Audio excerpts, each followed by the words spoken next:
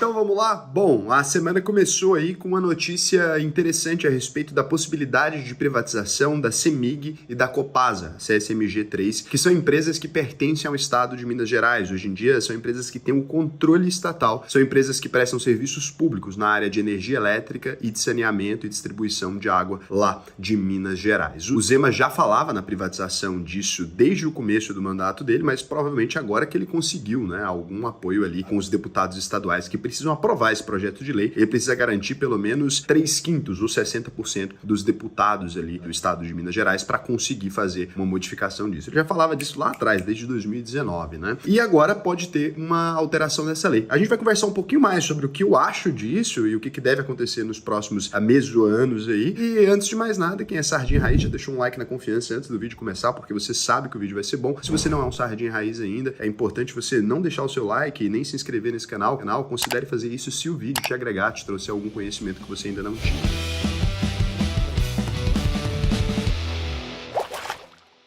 Bom, antes de entrar nesse tipo de assunto, é sempre bom a gente ser honesto quanto aos nossos interesses e quanto aos nossos ideais dentro de um canal de YouTube. Eu não gosto de canais que tentam passar uma ideia de que eles são isentos ou são um poço de sabedoria e de neutralidade. Neutro, pra mim, é detergente, tá? Então, eu sou um liberal, eu defendo sim a privatização de diversos serviços públicos, acredito que isso faria um país melhor e mais eficiente. Portanto, quando você ouvir a minha opinião aqui, você está ouvindo, primeiro, de um investidor e, segundo, de um liberal que tem interesse em privatizações e que costuma incentivar esse tipo de coisa e defender que isso é uma boa medida. Então, muito provavelmente, minha opinião, ela é enviesada, né? Muito enviesada pelas minhas crenças pessoais. Dito isso, a gente tem aí a possibilidade de privatização. Hoje, no Brasil, se você quiser investir na área de saneamento ou na área de energia elétrica, tem pouquíssimas opções que você tem para você poder fazer um investimento ali de forma privada. Na verdade, de saneamento, a gente não tem nenhuma empresa aberta em bolsa que você possa investir e que, de fato, te ofereça a possibilidade de uma empresa de controle privado. Todas elas são empresas controladas por estados, né, e que têm participação aí de investidores, né, participação minoritária, mas não o controle. Então as decisões dessas empresas muitas vezes são tomadas por políticos ou por equipes indicadas por políticos. Isso, para quem é um investidor, normalmente não é visto com bons olhos. Estou te explicando a visão do mercado de modo geral. Porque assim, a cada 4 anos nós temos uma eleição. É claro que um político pode ser reeleito, mas a cada 4 anos a gente tem uma eleição que é um convite a uma troca de político ali dentro do governo ou mesmo dentro do controle da União, né, um presidente da República. Com isso, esse novo governante eleito, ele pode decidir acerca de quem é a equipe que vai ficar à frente de uma empresa que é estatal. No caso de uma empresa nacional, quem decide é o presidente da República. No caso de uma empresa que é de um estado, quem decide é o governador. Então, quando esse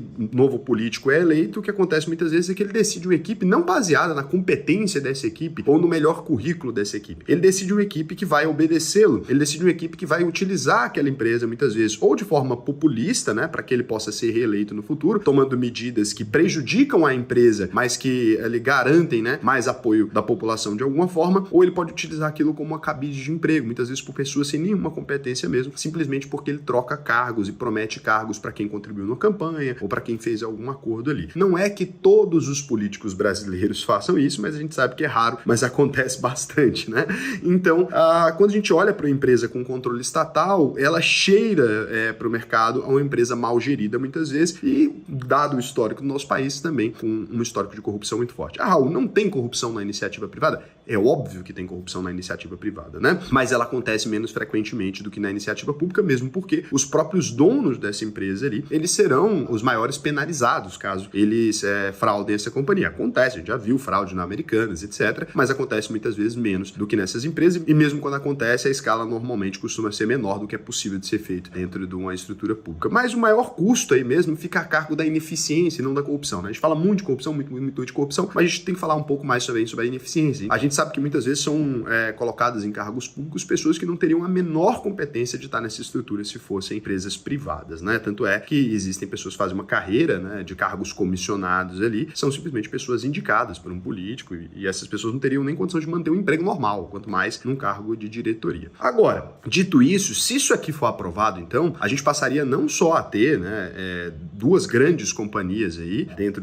do setor privado em áreas muito interessantes, como passaria a ter a Copasa e a CEMIG, que são empresas interessantíssimas. Hoje no Brasil, a gente tem, por exemplo, a Sanepar, que é pública, né? Você pode falar, Raul, mas dá para investir nela, como é que ela é pública? Porque ela tem um pedaço do capital dela privado. Por meio da Itaúsa, você consegue acessar uma empresa de saneamento de forma privada, mas é um pequeno pedacinho da Itaúsa, né, que é a AEGEA. Então você só conseguiria isso hoje. Se tivesse, seria muito legal. Eu gosto muito do setor de saneamento, gosto muito do setor de energia elétrica. Não invisto mais, invisto já em algumas, né? Invisto na Engie e tal, não invisto mais por falta realmente de condições de investir nessas empresas. Então, é uma notícia muito bacana para os investidores. Mas o que a gente pode esperar? Isso aqui vai aprovar de uma vez, né? É claro que não. Isso aqui, se for aprovado, abre as portas para uma potencial privatização ali. Por exemplo, para o caso da Copasa, por exemplo, já foi discutido algumas vezes, esse tema já é um pouco mais simples, né? A gente poderia ter essa privatização acontecendo ali antes das eleições municipais de 2024. Agora, para a CEMIG, o caso é muito mais complicado, então não adianta pensar que isso aqui vai se desenrolar de uma vez, né? A gente pode aqui torcer para que isso aconteça, para que a gente possa ter esse investimento nessas empresas, né? Eu, pelo menos, adoraria poder avaliar essas empresas como empresas viáveis, conhecer melhor os números delas caso elas fossem privadas. Eu não invisto no setor público, como vocês sabem, né? Acho que é uma complexidade muito grande investir numa empresa que troca de controle a cada 4 anos, ali, ou pode trocar de controle, que troca de equipe muitas vezes, e que aí a gente não sabe quem ganhou a eleição. Ora é um cara mais com viés de mercado, ora é um cara com menos viés de mercado, e aí fica essa troca ali louca de controle, de rumo dessa empresa também. É muito difícil desenvolver projetos de longo prazo, né? Isso aqui eu acho que é uma crítica que todo mundo concorda dentro de empresas estatais. Por exemplo, um político cria o programa tal, e aí esse programa tal tá indo muito bem, mas outro político ganha a eleição que não concorda com aquele programa. A gente barra o programa e aí desenvolve outro programa que vai em outro destino. Isso é um problema do Brasil até estrutural, né? Até como um todo. É difícil você encontrar assuntos onde a direita brasileira e a esquerda brasileira e elas concordem e falam, porra, isso aqui a gente precisa fazer. É muito difícil um projeto caminhar desse jeito. Então é muito mais um toma lá da cá, um negócio meio complicado. Isso aqui seria muito bom para que essas empresas pudessem fazer investimentos, para que essas empresas pudessem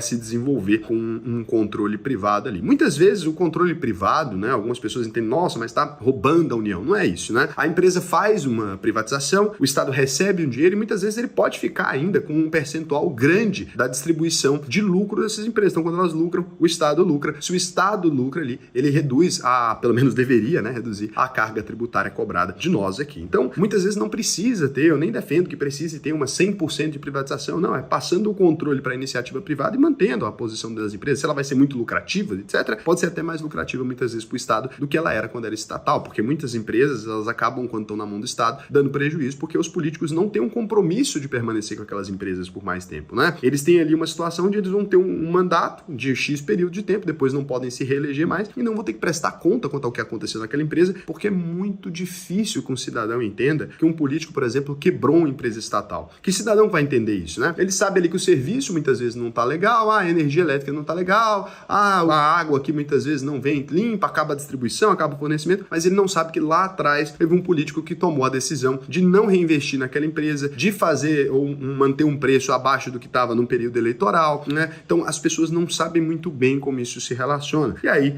isso aqui pode ser então um número bem interessante, né? As duas empresas têm números muito interessantes, estão subprecificadas, é claro, por conta desse controle estatal e faria muito sentido. Eu quero saber de você, né? Você investiria nesses setores? Eu particularmente adoro o setor de energia elétrica, acho um dos setores mais perenes do mundo. A gente pode mudar qualquer coisa no planeta, né? Mas a energia que move o mundo é a que deixa as maquininhas de cartão de crédito funcionando para a gente passar ali o dinheiro, né? Então a gente precisa de energia sempre. A gente precisa, agora com um carro elétrico vindo, etc., a gente precisa cada vez mais dessa energia. A gente precisa também de água, a gente nunca vai deixar de consumir. Então são coisas que eu entendo que vão estar para sempre acompanhando o ser humano. Acho maravilhoso. Eu gostaria de ter mais empresas desses setores na nossa bolsa de valores e o Brasil precisa também. O Brasil é um país que ainda precisa de saneamento. Quando você concorda que, nossa, Raul, essas empresas deveriam ser estatais, etc., a gente está falando hoje, e depois de todos os anos que o Brasil tem, a gente ainda está falando de quase metade da nossa população, né? 100 milhões de pessoas que não têm rede de esgoto e falta água potável ainda para 35 milhões de pessoas. Então, é possível a gente expandir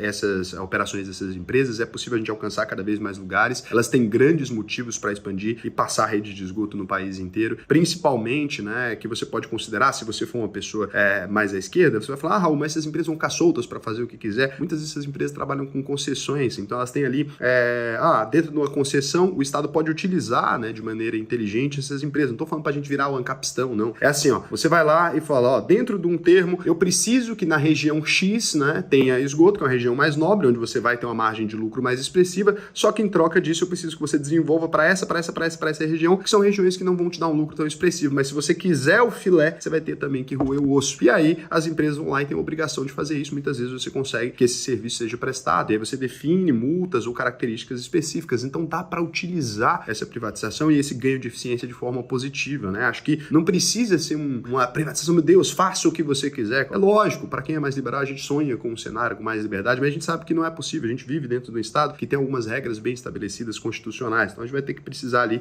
chegar no meio termo, mas esse meio termo é possível e pode ser bom para todo mundo, tá bom? A gente não precisa ir para um lado que vai, nossa, meu Deus, ultra capital, a gente coloca serviços das pessoas, não precisa ser isso, tá? A gente pode chegar no meio termo que chegue água nessas pessoas. Eu, assim como você, eu desejo que todo brasileiro tenha água potável, eu desejo que todo brasileiro tenha uma rede de esgoto para a gente poder evitar as doenças que a gente tem no país, eu desejo que todo brasileiro possa ligar a tomada e sair energia elétrica de qualidade, que a gente possa ter um fornecimento sem crise, né? Que a gente não precise passar por apagões e tudo. E eu acho que o caminho para a gente ter isso, se sei lá quantos anos de iniciativa pública ela não conseguiu resolver isso, eu acho que a gente poderia ter isso sim, via iniciativa privada chegando a essas pessoas, né? A gente pode destravar um pouco mais, deixar essa legislação um pouco mais legal para a gente alcançar mais pessoas. Quem sabe, né? Seja assim que a gente vai resolver esse problema. Fico feliz que a gente esteja avançando. E se você quiser aprender não só a investir nos setores de energia, saneamento, mas como montar uma carteira diversificada para você sempre ganhar dinheiro, entender, né, esse tipo de assunto que você às vezes acha chato, ou você que já investe há alguns anos, mas não tem certeza se sua carteira tá legal, não sabe se você tá indo no rumo certo, se você vai alcançar a liberdade financeira, se você quer enriquecer